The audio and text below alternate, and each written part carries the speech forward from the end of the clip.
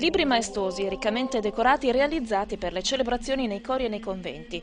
Sono i corali francescani manoscritti su pergamena di liturgie musicate provenienti dai conventi dei frati minori in terra veneta, ora esposti in alcuni splendidi esemplari al Museo Diocesano di Vicenza, che celebra in questo modo gli 800 anni di vita dalla nascita dell'Ordine dei frati minori. Laudate Domine omnes gentes. Genti, lodate il Signore. È l'incipit del celebre Salmo 117, uno dei più musicati, ad intitolare la mostra vicentina, che si sviluppa in un percorso certamente breve ma rispettoso dei valori, della sensibilità e della storia dei frati minori nel nostro territorio. È stata fatta una selezione di questi codici, sono circa 22 e che si possono osservare proprio gli originali, perché poi c'è anche una sezione fotografica.